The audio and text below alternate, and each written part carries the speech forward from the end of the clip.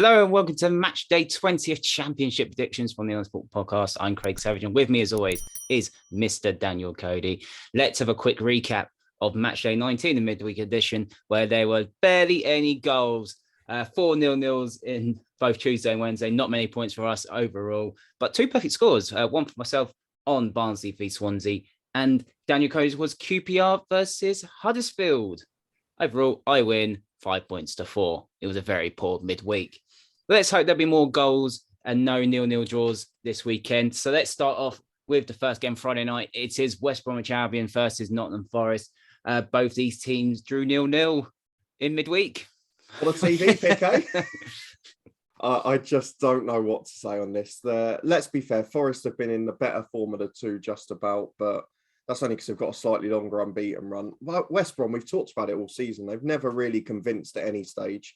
It was I guess you could say it was a decent result of Blackpool, given the form they've been in most of the season, but it's 3 without a win now for West Brom. They actually prevented their worst away record in over a decade by getting the point there as well. So there are problems on the road for West Brom, but at home, they're the only side left in the league that are unbeaten. So as much as before I saw that, I wanted to go for a Forest win. I'm not going to.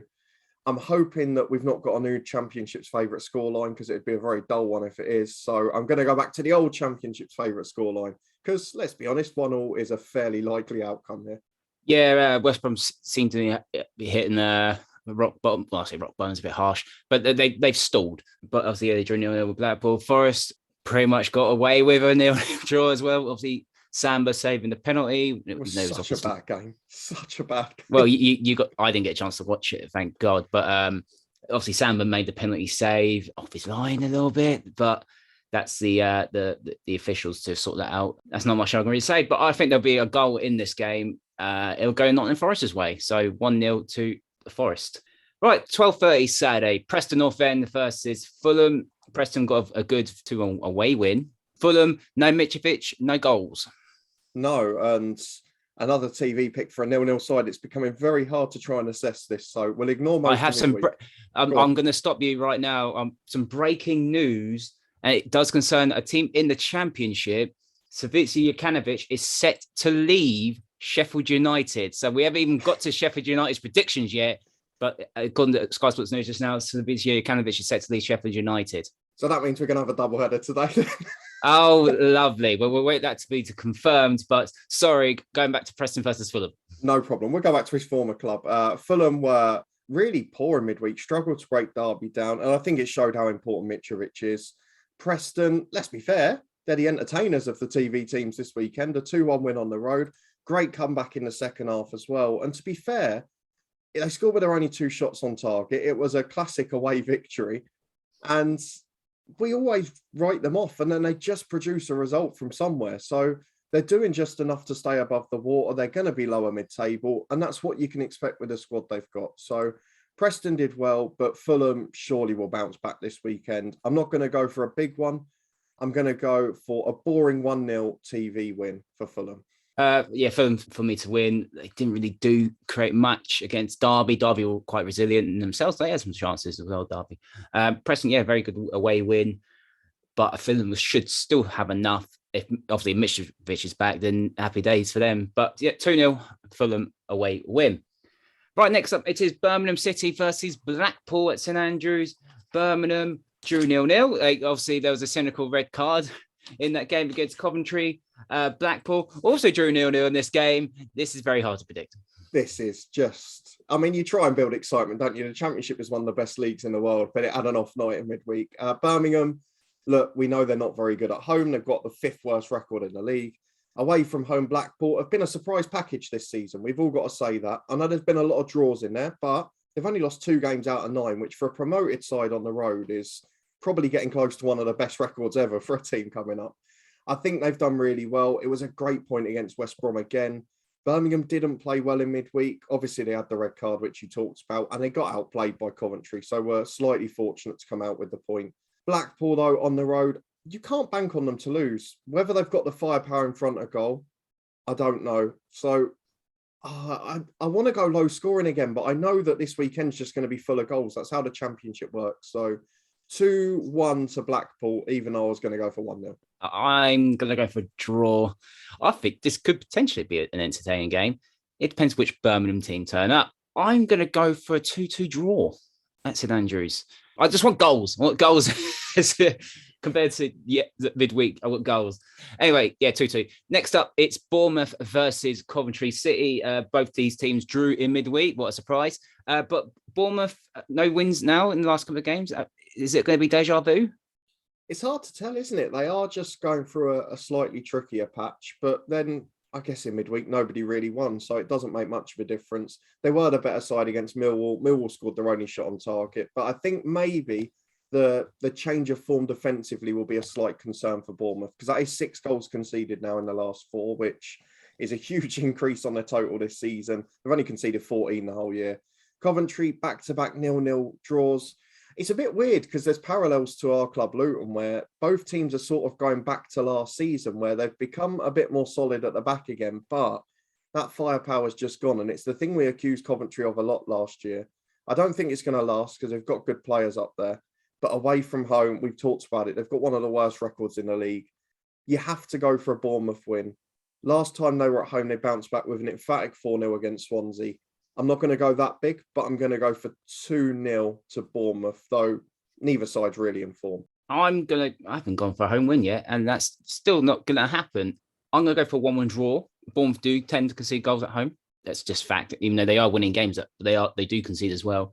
Coventry, obviously, home form's very good. Away form, slightly getting better. But I think this could be a game, when it's against a big team, I think they could really put up a good fight. So I'm going to go for a 1-1 draw in this game.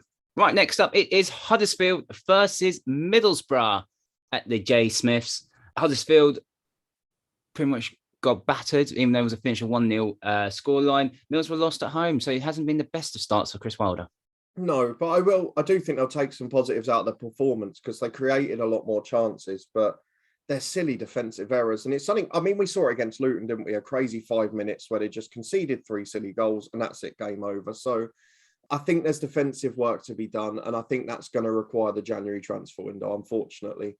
So until then, they've got to try and pick up results. Huddersfield, as always, have been very good at home. They've won 6 of their 9 matches. They don't concede more than 1 a game, and they often win by the odd goal. I mean, even their last 2 home games in the Championship, 1-0 against West Brom, 1-0 against Millwall. I don't know if I can go for a repeat of that, though, because Middlesbrough are schooling all of their last 4. I'm going to be ambitious, Craig. We want goals. I'm going to go 2-1 to Huddersfield. But I could see it being the Championship's favourite scoreline as well. It's a hard weekend to predict. Yeah, it is after an abysmal midweek. I think this could be a good game as well. Huddersfield are good at home. I think Mill just need a game just to score goals. I really, really do. And this is probably going to be the stupidest prediction of the weekend, but I'm going to go for Huddersfield 2, Middlesbrough 3. I don't know why. See, that's the same face. That's the same face I had last week with your 5-0. Right, next up, Hull versus Millwall. Hull, 3 wins in a row, 3 clean sheets in a row. The tide has turned. It's a miracle, isn't it? They're scoring goals, they're not conceding, and it's come from absolutely nowhere, which leads to the question who would try and predict the Championship. Based on that, Millwall have got 3 1-all draws in a row, so they are keeping up the Championship's favourite scoreline for us. But as I mentioned with the Bournemouth one, they scored their only shot on target. They were hardly dominant. I think Cardiff hit the post very late on against Hull with James Collins, so they could have got something out of it. And Hull won with their only shot on target too. So everything would suggest this is going to be an atrocious game of football. And as a result, the Hull goals are going to dry up again. And I am going, I'm afraid, for the midweek's favourite score of 0-0. It's got draw written all over it, and it's so typical of Millwall, but I'm not going to go that way. I'm going to go for a Millwall win, 1-0. I don't expect this game to be pretty, but I think the set piece for Mill could do it. They could do it. So, 1-0 to them. Right, next up, it's the game you're going to. Is Luton Town versus Cardiff. James Collins returns to Luton for the first time since he left in the summer. Obviously, Cardiff lost 1-0 to Hull, we just said. Luton, 0-0. Haven't scored in 3 now. Still creating chances, can't score. No, it's the same spell as last season. I mentioned it with the Coventry one where we've got a little bit tighter defensively, take out the silly errors against QPR, but in front of goal, the confidence has dried up. We haven't really got anything beyond the front. So I'm not convinced Adebayo's fully fit because obviously he was out and rushed back after his hamstring. So there's concerns in there. If we take chances, though, we'll be right up there. I've seen a few Luton fans panicking and talking about complaining at being in lower mid-table or middle of the table with Luton Town. I mean, we've got to have a little bit of perspective here. It's not going that badly after all. But I don't know what to do with Cardiff because they dominated the game against Hull, couldn't score. They'd won back-to-back games before it. James Collins is certain to score at Kenilworth Road. It's just bound to happen. And obviously for the podcast, it's me and the home end v Charlie Betts in the away end, feigning being a Cardiff fan for the day. So I'm going to hope he has a bad day. And I think Luton are going to get that day where they score goals because Cardiff have been notoriously bad at the back. They haven't kept a clean sheet in ages. I'm going to go for 3-1 to Luton, but James Collins will score the Cardiff goal. For me, Luton I just want desperately want Luton to win. I'm not panicking. 12th on the table. I'm happy with 12th on the table. 2 games later, we could be up in the playoffs. I don't know. That's the beauty of the Championship for you.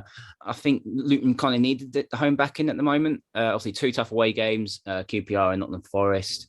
I think that will spur them on. Obviously, Adebayo obviously missing the penalty in midweek. Fans will obviously stick with by him anyway. They love him. So I think Luton will win this game. Luton will be back in the goals. 2-0 to the Hatters. Right, big relegation 6-pointer down at the bottom. It's Peterborough United versus Barnsley. Peterborough got battered away at Blackburn. Barnsley got battered at home to Swansea. Yeah, 2 of the sort of out-of-form teams of the division at the moment, aren't they? Both had poor results in midweek. Both look horrific defensively. We've talked about Peterborough on the road all season. They've got 1 point in 5 games now. Barnsley, it looked like it was going to turn when they got that win against Derby, but 3 catastrophic defensive performances since. Not had a new manager bounce. The first club this season not to have any effect at all. And I think he's got a big job on his hands. It might be he's the right coach or the right type of coach, but probably the wrong timing, which doesn't help him. Barnsley are atrocious on the road. Peterborough are decent at home. 3 wins, 3 draws, 3 defeats. You have to back Peterborough, don't you? Barnsley haven't won an away game. They're the only team not to all season. And I know they've picked up the odd point, but there's not going to be more than that. Can't see either side keeping a clean sheet. This, for me, is the game to watch. I'm going to go for a crazy score. Peterborough 4, Barnsley 2. Not going to happen that way. I do think Peterborough will win this game. They're crap away from home. Let's be brutally honest. The goals they conceded were so bad, especially when you have to give it to Brereton Diaz. Don't do that. Barnsley, yeah, they didn't look convincing at all. Swansea were very Swansea. A lot of possession and that stuff. But yeah, I don't know. I wasn't sure about this managerial appointment as well. Obviously, I heard he's a good coach and he will need time. I think he probably was the guy to have in the summer rather than the previous manager. But yeah, Peterborough to win 2-1 for me. Right, next up, it's Stoke versus Blackburn. It was a typical Stoke performance and it was a typical Blackburn performance in midweek. Yeah, Blackburn, to be fair, since that 7-0 drubbing against Fulham, they've bounced back. And there's an argument to say, if you're going to lose games, lose the odd one heavily and then win most of the rest, because Blackburn, as a result, will be right in the playoff hunt if they average that over the season. Stoke just looked like they've found form, 3 wins, 3 clean sheets in a row. In fairness, it was a pretty similar performance. They had slightly the better of the match, but weren't able to get the result. And Bristol City nicked one of their couple of chances. The late red card to Joe Allen will have an effect on this game, because they'll want to control possession against Blackburn. They'll want to have a little bit more composure in the middle, because we've seen Blackburn on the break are absolutely ruthless at their best. However, they're not great on the road. They've only won 2 of their 9 away games this season. Stoke, we know, are a very different beast at home. I have to back Stoke. I have to back them for a win, but I don't know if they can keep a clean sheet against Blackburn, because Blackburn on the road, they nearly always score. No, I'm going to do it. Michael O'Neill special, 1-0. I don't think it'd be 1-0. Blackburn are capable of conceding stupid goals. Blackburn are capable of scoring goals. Stoke are capable of scoring goals if they took their chances midweek, but they are capable of conceding goals as well. I know we say Michael O'Neill specials, but they do concede goals as well. So I'm going to go Stoke to win 3-2. You're just desperate for goals, aren't you? Yes, I am. It's a Saturday. There should be goals. You don't expect loads of 0-0s on a Saturday. Midweek, I can understand it. But Saturdays, no. I want goals in this week. I'm going for a lot of goals this week where this is going. Right, 3 games to go. The final one on Saturday is Swansea versus Reading. Swansea were very, very good against Barnsley. Reading, another home defeat. Yeah, obviously the Reading game was a difficult one because of the events with John Fleck. Obviously, we wish him the best. I'm sure you would have done that on the Sheffield United one I anyway. would have. Yes, I would have. But yeah, obviously that it did have an effect on the flow of the game because it came just after the Sheffield United goal. And the game, it was a really poor last half an hour. And you have to expect that. It was a nothing game. It was a 0-0 game in truth, but one moment of quality won it. Barnsley at home to Swansea were awful, made it easy for Swansea. Olivier Ntcham is such a good player at the Championship at his best. But for all the possession Swansea had, which was nearly 80%, they were getting on towards a Championship record there. They didn't create a huge amount of chances. They only had 6 shots in the whole game and they had to wait till the last 20 to score. They are a side that are generally better at home than on the road. But I don't know whether Reading can pull one out of the bag because they're a similar side who have just won in every 3 or 4 games, popped up with the odd moment of brilliance. They're rubbish away from home, though. They only win or lose. So I'm writing off a draw. I'm going to go for Swansea to win by 2-0 or 1. 2-0. You say Reading don't really draw away from home. I say this could potentially be a banana skin result because, as you say, Reading either win or lose. They did pick up a good win against Birmingham a few weeks ago. Swansea, of all the times we say, they're doing all right here, they're doing fine. And then they get back, obviously it was Bournemouth, but they still lost 4-0. So I'm going to go for a 1-1 draw. I don't know what. I just got a funny feeling like Vic Andy Carroll could do something for once. He can actually, I know he's come on for the last 2 games, but he can actually have a chance. I've got a funny feeling he's going to score. So yeah, 1-1 draw for me.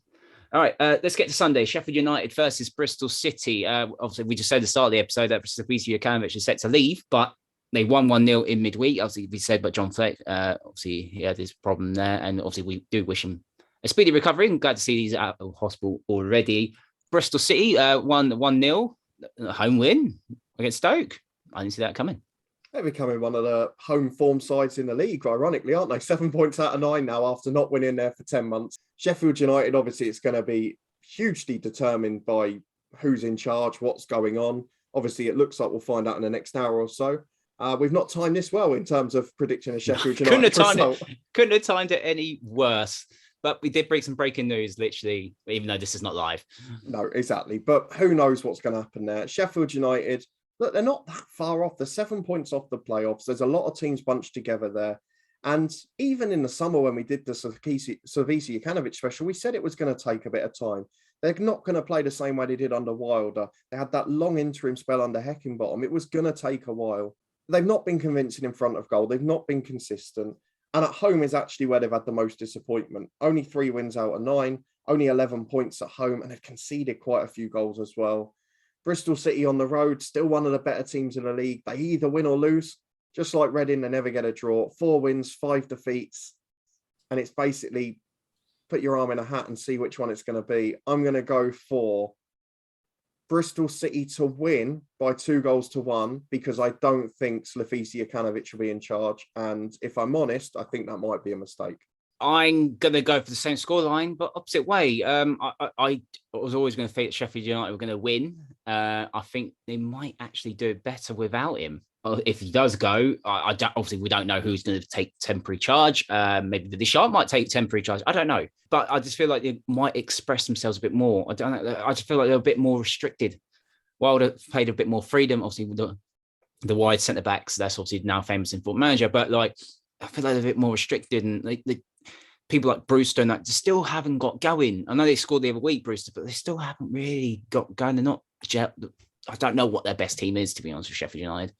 City, obviously they're not bad away from home. They obviously got a good victory, but I just feel Sheffield United might just have enough this weekend. So I'm going to go 2-1 to them.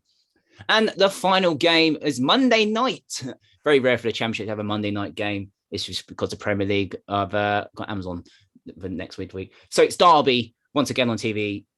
It's QPR. Derby, a very good away point at Fulham. QPR once again, another home win. Yeah, another very interesting pick for TV, isn't it? 1 goal between the 2 teams in midweek. They'll be hoping more for their performances from the weekend prior. I don't know what it is at the moment with QPR. It's probably a good thing. We said at the start of the season they concede silly goals and drop silly points. They've actually, the last 6 or 7 games, become really boring. And that's probably a good thing for QPR in terms of an actual playoff push this season. 3 wins, 3 draws, only letting 2 goals in 6 games when we've hammered their defensive record for years. So maybe you've got to give them credit for sneaking 1-1s and 1-0 wins. That's what gets you in the playoffs, isn't it? So they're in good form. Derby, they seem to rise to the occasion of playing the bigger teams, don't they? 3-2 win against Bournemouth, 0-0 at Fulham, good point against Millwall before that. They're not really dominating any of these games, but they're putting up one hell of a scrap after the further points deduction. I'd love to see, I know they might now with the mess at Barnsley, I'd love to see them not finish bottom. I don't think they can stay up now, but I'd love to see them not finish bottom. I think it'd be great. Wayne Rooney's doing an incredible job in the circumstances, it's got to be said. And you have to predict this to be a low-scoring game based on what we've seen. But it's Monday night, it's under the lights on TV, and I just think this game's going to go nuts. So I'm going to bring out one of your 3-2s here. I just haven't decided which way round. And because I can't decide, I'm going to drop a goal off, and we're going to go for 2 apiece to finish off the week. I think Derby could sneak this one.